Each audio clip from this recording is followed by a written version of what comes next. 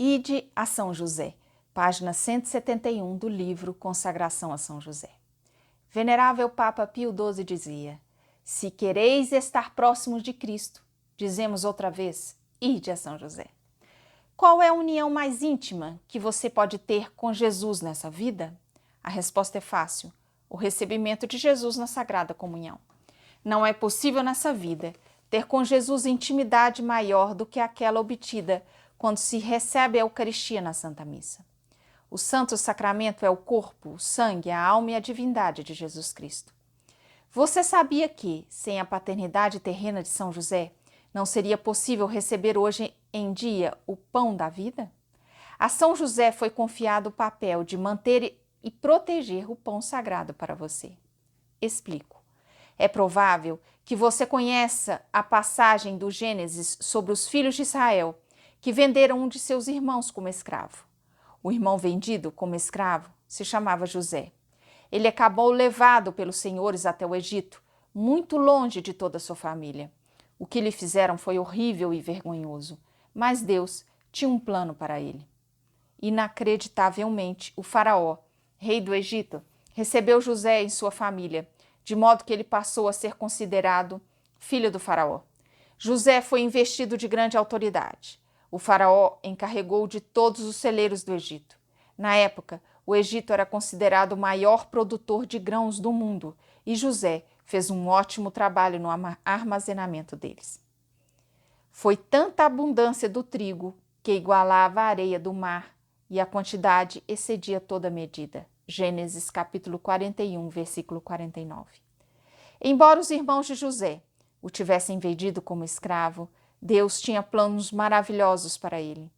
Depois que José havia armazenado uma quantidade imensurável de grãos, surgiu uma severa fome no Egito e nos territórios circunvizinhos.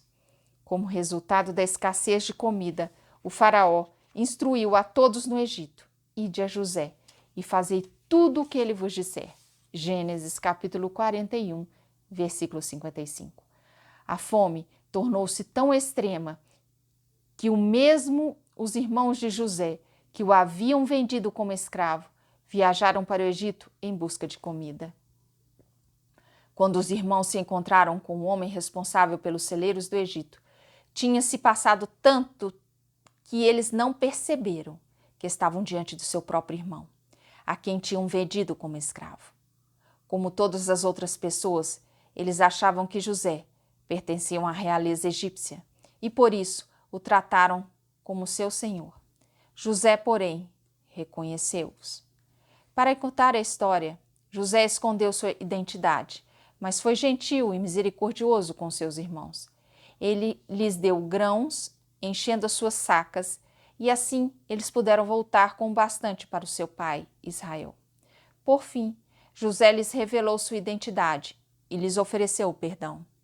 Graças a José e ao seu papel como guardião dos grãos, inúmeras vidas foram salvas da fome e da morte. O relato do Antigo Testamento, além de verdadeiro, é uma prefiguração de outro José, ainda maior, que levaria o seu filho, o pão celestial, em segurança para o Egito. São José preservou um alimento capaz de salvar o mundo inteiro.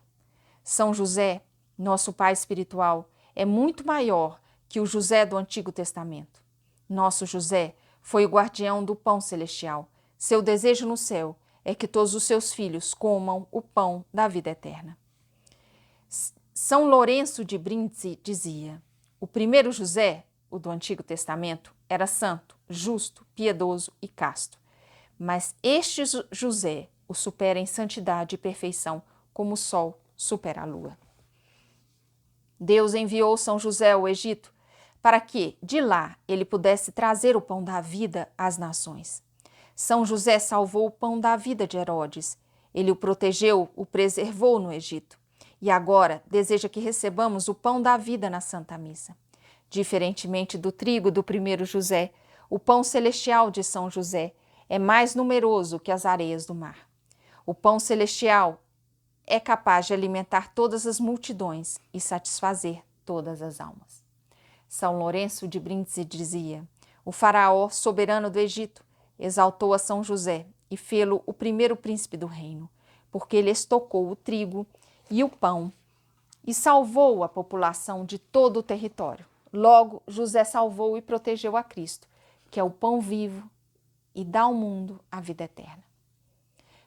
Beato Papa Pio IX dizia: São José nutriu cuidadosamente aquele que o povo fiel comeria como pão descido dos céus para conseguir a vida eterna.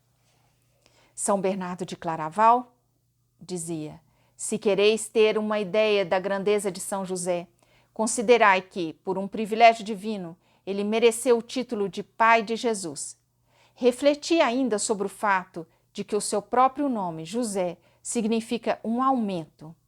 Tendo em mente que o grande patriarca José, vendido como escravo pelos seus irmãos no Egito, percebei que o nosso santo herdou não apenas seu nome, mas também seu poder, sua inocência e sua santidade.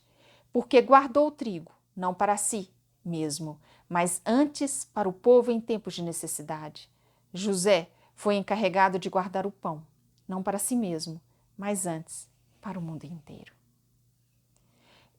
Sem José, não teríamos o pão da vida na Eucaristia. Maria amassou o pão em seu ventre santo. São José amorosamente o preservou no Egito. Ele continua a guardar o pão da vida em cada tabernáculo pelo mundo. São José tornou possível que todos os seus filhos recebessem o pão da vida eterna. Venerável Funtouchin dizia: São José continua encarregado de guardar o pão da vida.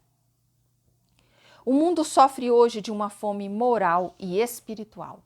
Almas têm morrido por falta de alimento espiritual. Corações despedaçados, casamentos arruinados, vidas destruídas, crianças assassinadas no ventre materno. A verdade e o senso comum em completa escassez.